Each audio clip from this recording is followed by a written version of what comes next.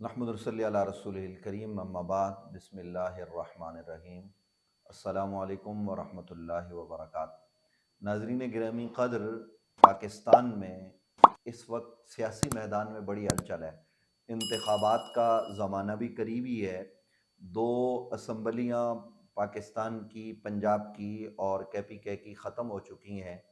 इसके अलावा कौमी असम्बली में बड़ी तादाद में लोगों के इस्तीफ़े भी मंजूर हो गए हैं। कराची के इंतखाबात भी हैं। गहमा गहमी की सूरत हाल है। माशी तौर पर हम अदम इस्तेकाम का शिकार हैं। वो मुश्किलात अपनी तरफ हैं, लेकिन यहाँ सियासी जमातों में शमूलियत करना, एक सियासी जमात को छोड़ के दूसरी में जाना, ये पाकिस्तान की सियासत का एक रस्म है, एक रवाज है। यानी उसूली और कानूनी बात तो यही होनी चाहिए कि जनाब आदमी एक जगह पर ही रहे, लेकिन ज़ाहिर है जब इसकी कानून इजाज़त देता है, आइन इजाज़त देता है, तो फिर आइन पाकिस्तान में रहते हुए बंदा एक पार्टी को छोड़ के दूसरी पार्टी में जा सकता है, और ये जमहूरियत के अंदर होता रहता है। और ख़ास तौर पर हमारे ममालिक में यानी पाकिस्तान, इंडिया, बांग्लादेश और दीगर ममालिक में ये सिलसिला जारी है, और पाकिस्तान में भी जारी है। कोई आदमी जो है ना, वो पाकिस्तान की मेन स्ट्रीम बड़ी तीन पार्टियां हैं, यानी पाकिस्तान मुस्लिम लीग नून, पाकिस्तान पीपल्स पार्टी और पाकिस्तान तहरीके इंसाफ। इनमें से कोई आदमी कभी एक को छोड़ के दूसरी में जाता है, दूसरी को छोड़ के तीसरी में आ जाता है। ये सिलसिला लगा रहता है। लेकिन वो लोग जो पार्टियों के साथ वाबस्ता रहते हैं वो भी अच्छे होते हैं, लेकिन जब आइन कानून इजाज़त देता है एक पार्टी को छोड़ के दूसरी पार्टी में जाने की, तो उस पर तनकीद करना ये एक हद तक तो मुनासिब है।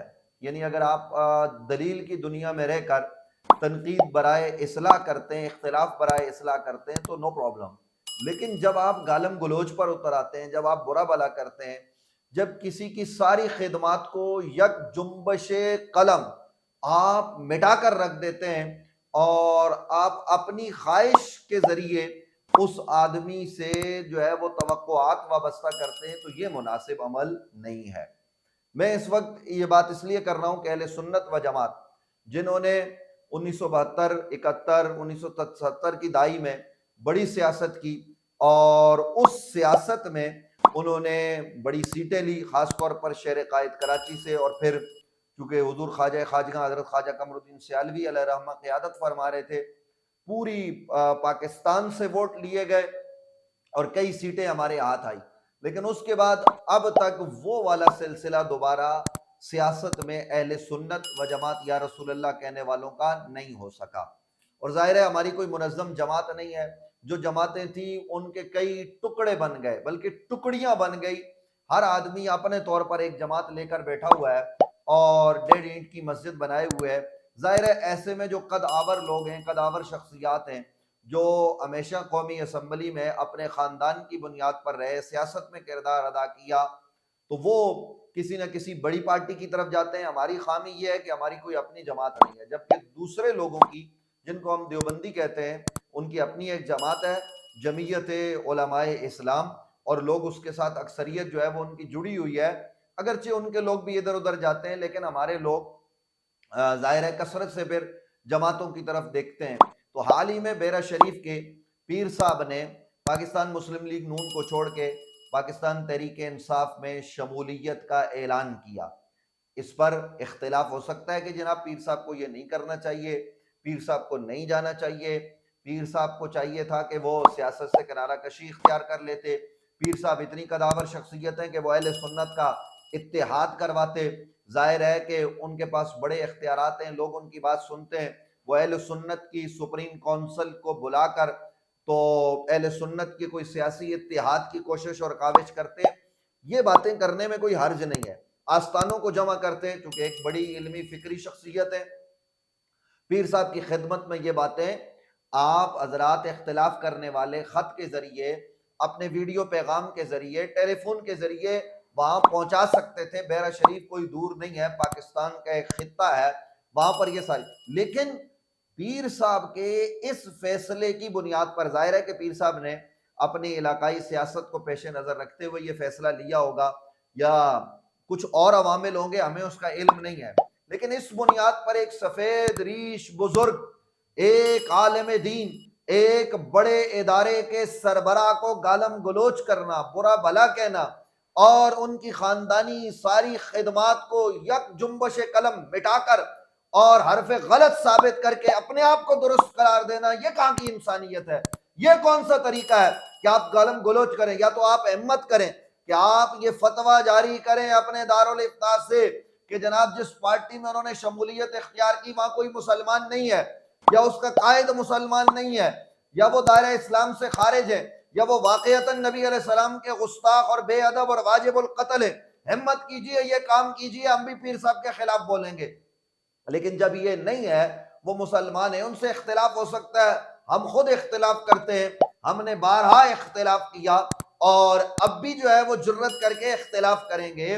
लेकिन इस बुनियाद पर अगर कोई आदमी नून लीग में शामिल होता है तो नून लीग को जनाब गुस्ताख रसूल करार देना, पीटीआई में शामिल हुआ तो पीटीआई को गुस्ताख रसूल करार देना, फिर गुस्ताख रसूल का पीर साहब को हामी करार देना, कभी जनाब दीगर पीराने उस्साम पर तनकीद करना, कभी जो है ना वो आस्थानों को बुरा भला कहना।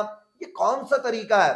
अगर पाकिस्तान में अहले सुन्नत व जमात की मजहबी सियासी जमातें वजूद रखती हैं तो वो आगे बढ़े, इन आस्थानों पे पहुंचे और इत्तेहाद की कोशिश और काविश करें। हमारी अपनी जाती ख्वाहिश और तमन्ना और आरजू यही है कि पीर साहब बेहरा शरीफ हो, पीर साहब गोल्डा शरीफ हो, या मुल्तान वाले पीर साहिबान हो, या कराची के हमारे बुजुर्ग हो, इन सब को एक जगह जमा होकर अहले सुन्नत के वसी तर मफाद में अपनी सियासी जमात बनानी चाहिए और उस सियासी जमात को बनाकर वो दीगर सियासी जमातों के साथ सीट एडजस्टमेंट के जरिए एक बड़ी तादाद में कौमी असम्बली में पहुंचे और वहां पर कानून साजी में अपना जो है ना वो हिस्सा ले और अहले सुन्नत के हुकूक का तहफ़्फ़ुज़ करे। ये तो आइडियल सूरत हाल है। लेकिन अगर ये नहीं हो सकता और कोई आदमी किसी सियासी जमात को छोड़ता है, किसी में शामिल होता है, ये उसको आईने पाकिस्तान ने इख्तियार दिया है। जब दिया है, आप भी उसी आईने पाकिस्तान के तहत जो है ना वो काम करते हैं, पाकिस्तान में इदारे चलाते हैं। बहुत सारी सियासी जमातें जिनको आईने पाकिस्तान से शायद इख्तिलाफ हो, लेकिन उसी आईने पाकिस्तान के तहत इलेक्शन कमीशन में रजिस्टर्ड हैं। तो फिर तनकीद करना और तनकीद गालम गलोच के जरिए करना, गुस्ताख रसूल करार देना, बुरा भला कहना, मां बहन की गालियां देना, यह कौन सा अंदाज सियासत है?